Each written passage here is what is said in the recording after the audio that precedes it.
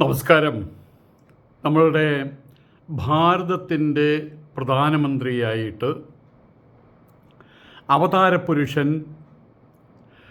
നരേന്ദ്രമോദി അവർകൾ പ്രതിഷ്ഠിതനായിട്ട് 4399 ദിവസങ്ങൾ പിന്നിട്ടു. ഇന്നിപ്പോൾ ഒരു ദിവസം കൂടി എല്ലാ റെക്കോർഡുകളും അവിടെ തകർന്നു വീഴുകയാണ്. മോദി യുഗം ഇനിയും നീണ്ടു പോവുകയാണ്, തുടർന്ന് പോകുകയാണ്. സമാനതകളില്ല. യാതൊരു വിധത്തിലുള്ള പാരമ്പര്യമെന്ന് പറയുന്നത് രാഹുൽ ഗാന്ധിയുടെ പാരമ്പര്യം എന്താണ്? അമ്മ ഇന്ത്യൻ നാഷണൽ കോൺഗ്രസിൻ്റെ പ്രസിഡൻറ്റ്, അച്ഛൻ ഭാരതരത്നമാണ്, ഇന്ത്യൻ പ്രധാനമന്ത്രിയാണ്. അച്ഛൻ്റെ അമ്മ ഇന്ത്യൻ പ്രധാനമന്ത്രിയായിരുന്നു, ഭാരതരത്നമായിരുന്നു. അവരുടെ അച്ഛൻ ജവഹർലാൽ നെഹ്റു ഭാരതരത്നമായിരുന്നു, ഇന്ത്യൻ പ്രധാനമന്ത്രിയായിരുന്നു.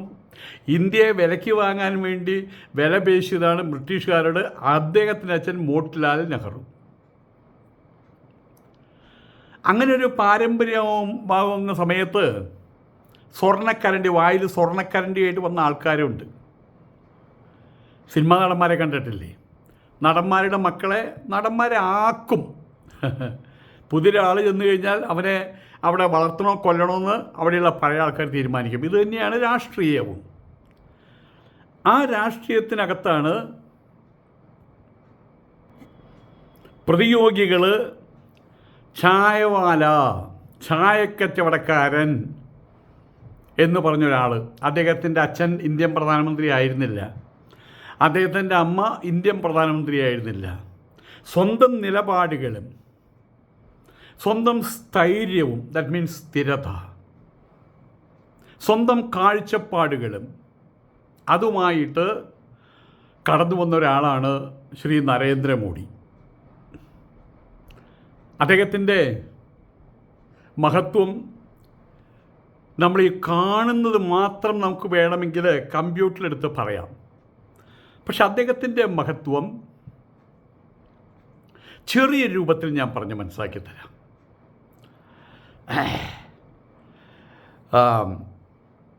പ്രധാനമന്ത്രിയായതിനു ശേഷം പാലക്കാട് വന്നു. അന്നവിടെ പാലക്കാട് കോട്ട മൈതാനിയിൽ വമ്പൻ പുരുഷാരം. പ്രധാനമന്ത്രിയെ കാണാൻ BJP-ക്കാർ മാത്രമല്ല, ലക്ഷോപലക്ഷം ആളുകൾ എവിടെ പോയാലും കൂടുമല്ലോ. അവിടെ അന്ന് BJP നേതാവായിട്ടുള്ള ശോഭാ സുരേന്ദ്രൻ തൊട്ടടുത്തിരിക്കുന്നുണ്ടായിരുന്നു. ഇടവേള കിട്ടിയ സമയത്ത് ശോഭാ സുരേന്ദ്രൻ പറഞ്ഞു, അപ്പുറത്ത് കാണുന്നത് ടിപ്പു സുൽത്താൻ്റെ കോട്ടയാണ് എന്ന്. അവർക്കറിയാവുന്ന ഹിന്ദിയും ഇംഗ്ലീഷും വെച്ച് പറഞ്ഞു. അപ്പം അതിന് അദ്ദേഹം പറഞ്ഞു, that is not Tipu Sultan's fort, that is Hyderali's fort എന്ന്. അത് ഹൈദരാലിയുടെ കോട്ടയാണ്, ടിപ്പു സുൽത്താൻ്റെ കോട്ടയല്ല. പിന്നീട് ടിപ്പു സുൽത്താന് കൈവന്നു എന്ന് മാത്രം. അതിനകത്തൊരു ക്ഷേത്രമുണ്ട്, നരസിംഹ ക്ഷേത്രം, ഏതൊരു ക്ഷേത്രമുണ്ട്, അതിൻ്റെ പേരും പറഞ്ഞു. അവിടെ അതിനകത്ത് പോയി ഇരുന്നിട്ട് ഞാൻ അവിടുത്തെ സത്സംഗം ശ്രവിച്ചിട്ടുള്ള ഒരാളാണെന്ന്. എപ്പോഴോ ഒരിക്കൽ എൻ്റെ ഒപ്പം കോളേജിൽ പഠിച്ചിരുന്ന ഡോക്ടർ ജയൻ അടിയാറ്റ്, അദ്ദേഹത്തിൻ്റെ അനുജൻ ശ്രീശൻ അടിയാറ്റ് തൃശ്ശൂർ ജില്ലാ BJP പ്രസിഡൻ്റായിരുന്നു. അപ്പോൾ ഞാൻ ചോദിച്ചു, ഈ നരേന്ദ്രമോദിക്കായിട്ട് നല്ല ബന്ധമാണോ? അപ്പം അന്ന് അദ്ദേഹം അറിയപ്പെടുന്ന നേതാവാണ്, പക്ഷേ അദ്ദേഹം ഗുജറാത്തിലെ മുഖ്യമന്ത്രി ആയിരുന്നു. അപ്പം അദ്ദേഹം പറഞ്ഞു, അറിയുമെന്നോ രമേഷേ, അവിടെ തൃശ്ശൂർക്കാർ ഷാന്നല്ല ഉച്ചരിക്കുക, രമേഷേ എന്ന് പറയുക. ഈ ആളാരെന്ന് മനസ്സിലായോ? ഇല്ലല്ലോ. ഒരിക്കൽ ഗുരുവായൂർ സന്ദർശിക്കണമെന്ന് പറഞ്ഞ് തൃശ്ശൂർ വന്നപ്പോൾ എൻ്റെ വീട്ടിലാണ് താമസിച്ചത്, അതായത് ശ്രീശൻ്റെ വീട്ടിലാണ് താമസിച്ചത്. അന്നേ അദ്ദേഹത്തിന് മറ്റേ കരിമ്പൂച്ചകളൊന്നുമില്ലല്ലോ. അത് കഴിഞ്ഞിട്ട് അവിടെ നിന്ന് തൊട്ടടുത്ത് ശങ്കരൻകുളങ്ങര ക്ഷേത്രമുണ്ട്, അപ്പുറത്ത് കാർത്തികേയനി അമ്പലമുണ്ട്, അതിൻ്റെ അപ്പുറത്ത് തേഞ്ചിത്ത അമ്പലമുണ്ട്, അതിൻ്റെ അപ്പുറത്ത് ഗുരുവായൂരുള്ള ബസ് സ്റ്റാൻഡുണ്ട്. അപ്പോൾ അദ്ദേഹം പറഞ്ഞു, നടന്നു പോകാം നമുക്ക് ഈ ഗ്രാമത്തിലൂടെ. പാടത്തിൻ്റെ നടുവിലൂടെയാണ് വഴി, കരിക്കപ്പാടം എന്ന് പറയും. അങ്ങനെ ആ പാടത്തിൻ്റെ നടുവിൽ വന്ന് കാലത്ത് വന്നൊരു 9:30 ആയപ്പോൾ കാർത്തികേയമ്പലത്തിൻ്റെ അവിടെ എത്തി. അപ്പോൾ അദ്ദേഹം പറഞ്ഞു, നമുക്കിവിടെ കയറി ചായ കുടിച്ചിട്ട് പോകാം. അപ്പോൾ അവിടെ ചായക്കടയൊന്നുമില്ല, നമ്മുടെ ഒരു വീടുണ്ട്. അങ്ങനെ ആ വീട്ടിൽ കയറി ചായ കുടിച്ചു. ശ്രീശനും കുടിച്ചു, ഇദ്ദേഹവും കഴിച്ചു. അദ്ദേഹം പറഞ്ഞു, വളരെ നന്ദിയുണ്ട് കേട്ടോ, എന്തോ വലിയൊരു കാര്യം ചെയ്ത പോലെ വളരെ നന്ദിയുണ്ടോ. ഞാൻ പോയി. അത് രമേഷിൻ്റെ വീടായിരുന്നു. അവിടെയും അദ്ദേഹം എത്തിയിട്ടുണ്ട്, ഞാൻ ഓർക്കുന്നില്ല കേട്ടോ. ഇതും കഴിഞ്ഞ് ഇവർ തേഞ്ചിത്താവിലേക്ക് പോകുന്ന സമയത്ത് ഞാൻ ഓപ്പോസിറ്റ് ഒരു സൈക്കിളും വരുമ്പോൾ, എന്താ ശ്രീഷൻ ഭായ് എന്താണെന്ന് ചോദിച്ചതാണ്. ഇതാരാ പറഞ്ഞു, അത് ഹിന്ദിയാണ് അദ്ദേഹം എന്ന് പറഞ്ഞു. അപ്പോൾ എനിക്ക് തട്ടിത്തടഞ്ഞ് ഹിന്ദി അറിയാം. അന്ന് ഞാൻ അഹമ്മദാബാദിൽ തന്നെ വേണ്ട. അപ്പോൾ ഞാൻ പറഞ്ഞു, അഹമ്മദാബാദ് മേധ. അപ്പോൾ അദ്ദേഹം ചോദിച്ചു കാം. അപ്പോൾ ഞാൻ പറഞ്ഞു ഇങ്ങനെ മണിനഗറിൽ. മണിനഗർ എനിക്കറിയാം, കോക്കറ അറിയാം, വട്ടുവ അറിയാം, മണിനഗർ അറിയാം, ഓക്കെ എനിക്കറിയാം, കാളിപ്പൂർ അറിയാം. അത് ശരി എന്നൊക്കെ പറഞ്ഞു. അന്നിപ്പോൾ നമ്മൾ കൂടുതൽ സംസാരിക്കേണ്ട ആവശ്യമില്ല, ഇന്ത്യൻ പ്രധാനമന്ത്രി ഒന്നും അല്ലല്ലോ. ഞാൻ പറഞ്ഞു വരുന്നത്, ഈ ഭാരതത്തിൻ്റെ ഈച്ച് ആൻഡ് എവരി നുക്ക് ആൻഡ് കോർണറിൽ അദ്ദേഹത്തിൻ്റെ കാലടിപ്പാട് പതിഞ്ഞിട്ടുണ്ട്. അത് അദ്ദേഹത്തിൻ്റെ പുണ്യമാണോ ഭാരതത്തിൻ്റെ പുണ്യമാണോ എന്ന് എനിക്കറിയില്ല. അത് നിങ്ങൾ തീരുമാനിച്ചാൽ മതി. ആ രീതിയിൽ ആദിശങ്കരൻ ഈ ഭാരതഭൂമിയെ പരിക്രമണം നടത്തി. അദ്ദേഹം പരിക്രമ 4 വട്ടമാണ് ഭാരതഭൂമിയിൽ കിടന്ന് നടന്നത്. പിന്നീട് ഒരാൾ നടന്നത് നമ്മളുടെ ഗുജറാത്തി തന്നെയാണ്. അങ്ങനെ ഗുജറാത്തി എന്ന് പറയാൻ പറ്റില്ല, നമ്മുടെ രാഷ്ട്രപിതാവായിട്ടുള്ള മഹാത്മജി. അദ്ദേഹം ഇവിടെ വന്ന സമയത്ത് ഗോപാലകൃഷ്ണ ഗോഖലെ പറഞ്ഞു, അങ്ങ് ഇത് ഏറ്റെടുക്കണം, അങ്ങേക്ക് വൊക്കാബുലറി പവറുണ്ട്, ആളുകളിലേക്ക് അങ്ങേക്ക് മന്ത്രം പോലെ കാര്യങ്ങളെ കടത്തിവിടാൻ ശേഷിയുണ്ട്. എനിവേ അദ്ദേഹം അവസാനം ഇവിടെ സമ്മതിച്ചു. അപ്പം അദ്ദേഹം പറഞ്ഞു, ഇന്ത്യ എന്താ? ഗോപാലകൃഷ്ണ ഗോഖലെ പറഞ്ഞു, എനിക്കറിയില്ല, എന്നാൽ ഞാൻ ചുറ്റി നടന്നു വരാം എന്ന് പറഞ്ഞിട്ട് അദ്ദേഹം നടക്കുകയാണ്.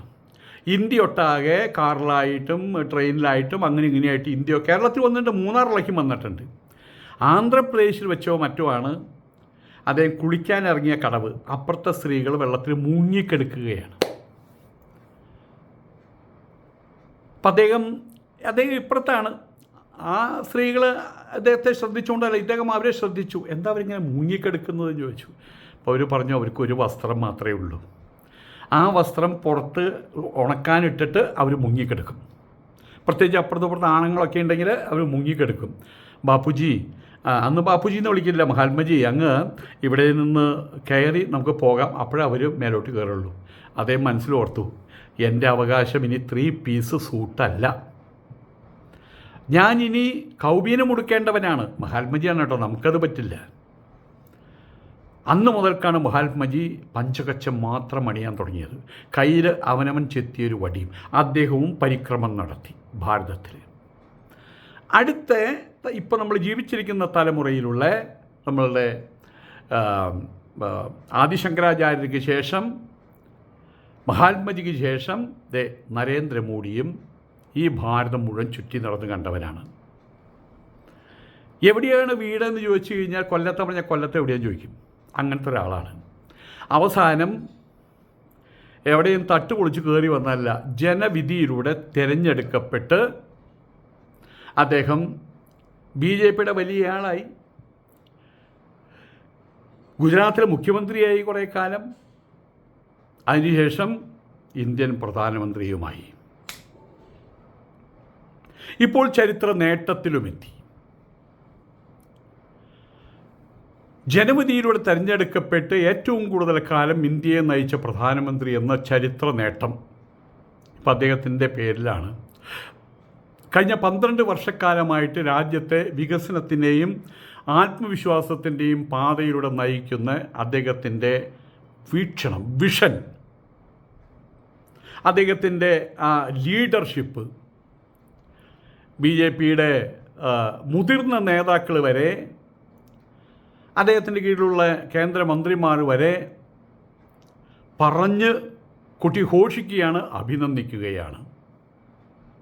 തുടർച്ചയായിട്ടുള്ള 3 പൊതു തെരഞ്ഞെടുപ്പുകൾ ജനങ്ങൾ നൽകിയ അഭൂതപൂർവമായിട്ടുള്ള പിന്തുണ, ഭരണ തുടർച്ച, അതിൻ്റെ പേരിലുണ്ടായ ഭരണ തുടർച്ച, അതിൻ്റെ ശക്തമായിട്ടുള്ള അടിത്തറയിലാണ് നരേന്ദ്ര ദാമോദർദാസ് മോഡി എന്ന ജനനായകൻ എന്ന അവതാര പുരുഷൻ ഇപ്പോൾ ആ സ്ഥാനത്ത് കയറിയിരിക്കുന്നത്. 2014 രാജ്യം ഒരു മാറ്റത്തിന് വേണ്ടി ആഗ്രഹിച്ചു. കൃത്യമായിട്ട് പറഞ്ഞു കഴിഞ്ഞാൽ ഭാരതത്തിൻ്റെ ആത്മാവ് തൊട്ടറിഞ്ഞ്, ഭാരതത്തിൻ്റെ സംസ്കാരം, ഭാരതത്തിൻ്റെ ആചാരം, അനുഷ്ഠാനാദി കാര്യങ്ങൾ തൊട്ടറിഞ്ഞ് ഒരു നേതൃത്വം ഇല്ലാതായിപ്പോയി കോൺഗ്രസിൻ്റെ ഭാഗത്ത് നിന്ന്. അവസാനം ഭരണം ഇറ്റലിയിലേക്ക് നീണ്ടുപോയി എന്ന് വരെ പറയപ്പെടുന്നു. അതിൻ്റെ ഏറ്റവും വലിയ ഉദാഹരണമാണ് നിൽക്കവയ്യ പേര് അർജുനൻ. എഴുന്നേറ്റ് നിന്നാൽ സൂര്യൻ തലയിലടിച്ചു കഴിഞ്ഞാൽ തലകറങ്ങി വീഴും. അതൊക്കെയാണ് അവസാനം നമ്മുടെ പ്രതിരോധ മന്ത്രി, നമ്മുടെ അന്തപ്പൻ. അതിന് കാരണം എന്താണ്? മതം. അന്ന് ഇത്രയും പോകുന്ന മതം ഇന്ത്യയെ മുഴുവൻ കൈക്കലാക്കിയൊരു ചരിത്രമുണ്ടായി. അതാണ് വാസ്തവത്തിൽ നിർണായകമായിട്ടുള്ള ഒരു ഘട്ടം. ഇവിടെയുള്ള 80-85% വരുന്ന ഹൈന്ദവർ ഇന്ത്യയുടെ തെക്കും വടക്കും പടിഞ്ഞാറും കിഴക്കും മധ്യഭാഗത്തുള്ളവരെല്ലാവരും വാസ്തവത്തിൽ വിധേയന്മാരായിട്ട് ജീവിക്കേണ്ടുന്ന ഗതികേട്.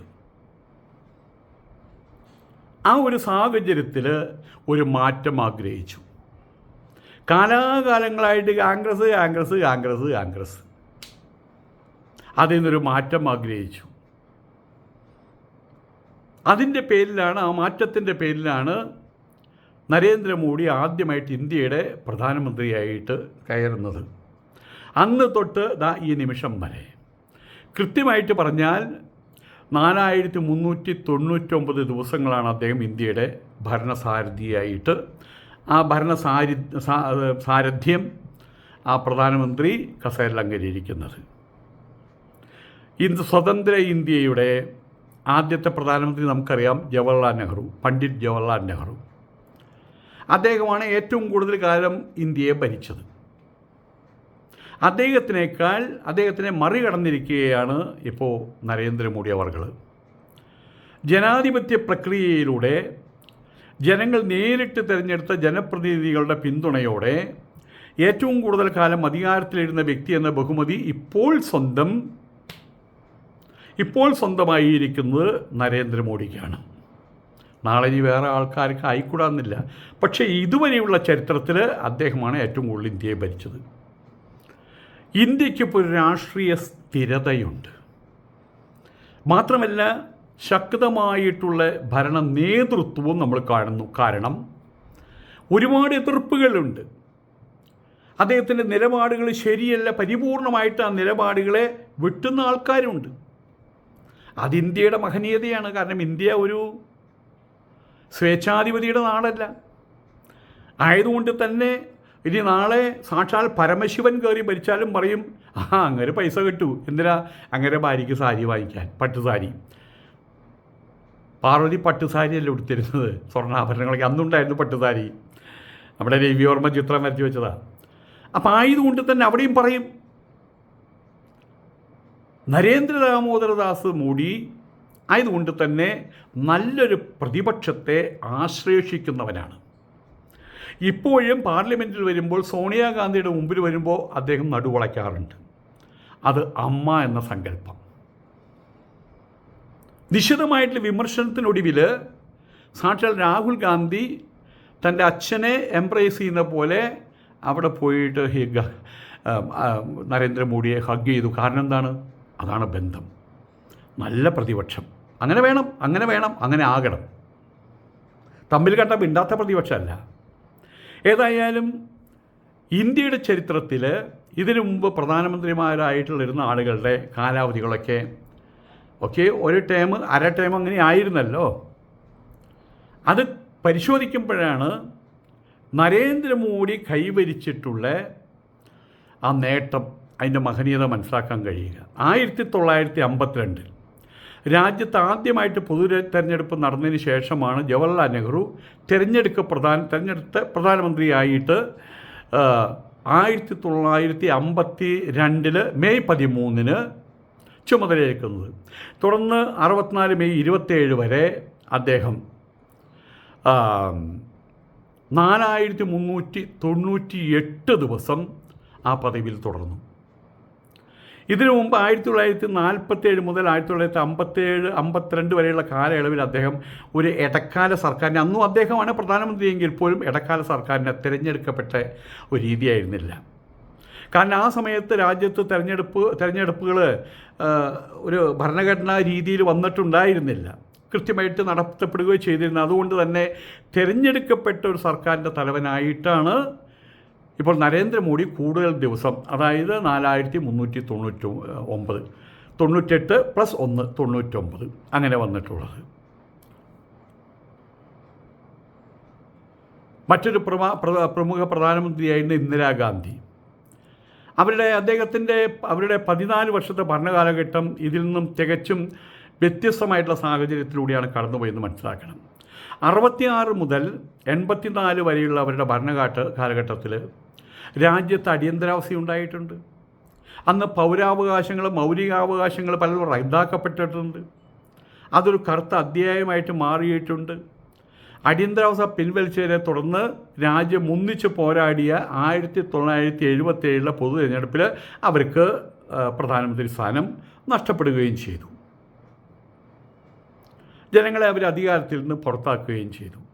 എന്നാൽ നരേന്ദ്രമോദിയുടെ ഭരണകാലം പൂർണ്ണമായും ജനാധിപത്യ മൂല്യങ്ങളിൽ ഊന്നിയതും ഓരോ 5 വർഷം കൂടുമ്പോഴും കൃത്യമായിട്ട് ജനങ്ങൾ കൂടുതൽ വലിയ ഭൂരിപക്ഷത്തോടെ അദ്ദേഹത്തെ നെഞ്ചേറ്റുന്നതുമായിട്ടുള്ള കാഴ്ചയ്ക്കാണ് ആധുനിക ഇന്ത്യ സാക്ഷ്യം വഹിച്ചത്. എല്ലാവർക്കും അറിയാം.